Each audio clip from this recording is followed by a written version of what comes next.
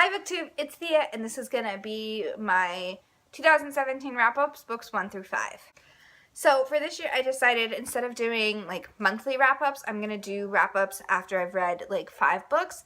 I just feel like it's easier for me to do 5 books at a time because some months I read a whole bunch and some books I read like nothing at all. So I'm going to start doing these wrap-ups in like sets of 5. So I'll just briefly go through the first 5 books that I've read this year.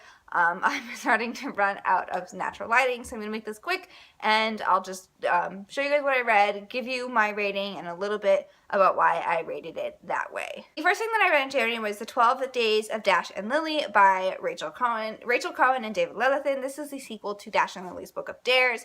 I actually started this like the last 2 days in December, but finished it up in January, so I'm counting this towards January. But this is basically the sequel after they've been together for a year.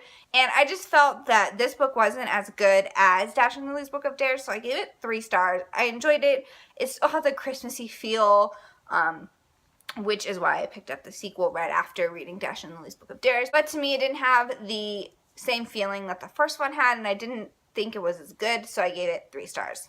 The second thing I read this year so far is Hamilton the Revolution by Lin-Manuel Miranda and Jeremy McCarter. This is also known as Hamiltome, and I am kind of Hamilton trash. I love Hamilton. And so my wonderful boyfriend got this for me for Christmas, and it's just an amazing read. It has just little chapters about the making of the musical and how he came about making it, and it's got wonderful, wonderful photos from the show as well as all of the lyrics, and it even has annotations along some of the song lyrics as to the inspiration behind them, and this is just an amazing read if you love Hamilton, or if you love Lin-Manuel Miranda, or if you want to know more about Hamilton. It's an amazing read, and I gave it 5 stars. The third thing that I've read so far this year is A Dog's Purpose by W. Bruce Cameron. I know there's some controversy regarding the movie, but we're not going to talk about that. We're just going to talk about the book, which was really good. I really enjoyed it. I loved that the point of view is from the dog, and the way he describes certain things is really hilarious, and the way he talks about certain objects the way only a dog could, I think is a great POV. I gave this 4 stars. It did take a little bit to kind of get into, but once it got going, it was amazing, and I cried, and it was just, if you love dogs, if you have a dog, definitely pick this up. It gives you a new look into your dog, and it's just, some of the things that he says and the way he thinks is just really hilarious. The thing that I've read this year is the first book that I actually picked up for a Diversathon, and I was going to do a Diversathon wrap-up, but because I only read 2 books and I didn't get through everything I wanted to get through, I figured I'd just include them in this wrap-up. But that is The House on Mango Street by Sandra Cisneros.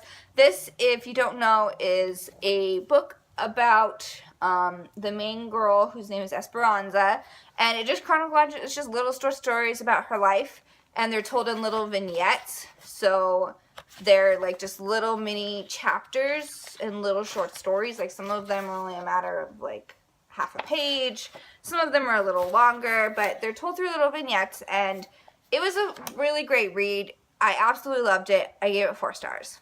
The second book that I read for Diversathon, and the last book that I read so far that I just finished, is The Absolutely True Diary of a Part-Time Indian by Sherman Alexie. This is an own voices as well. The author takes inspiration from his own life and writes the story about Junior, who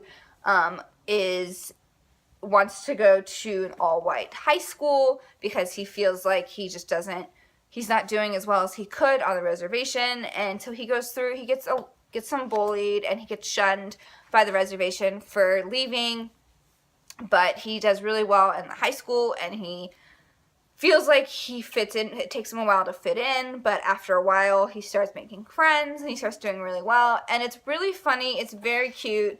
It's got some great artwork and illustrations throughout the whole thing, and again, all of these little chapters, this is of his coach, and I really enjoyed the way some of the things are described as far as from his point of view as a Native American, and this book was just really good. It was really eye-opening, but it was also cute and a lot of fun to read, and I gave it 4 stars.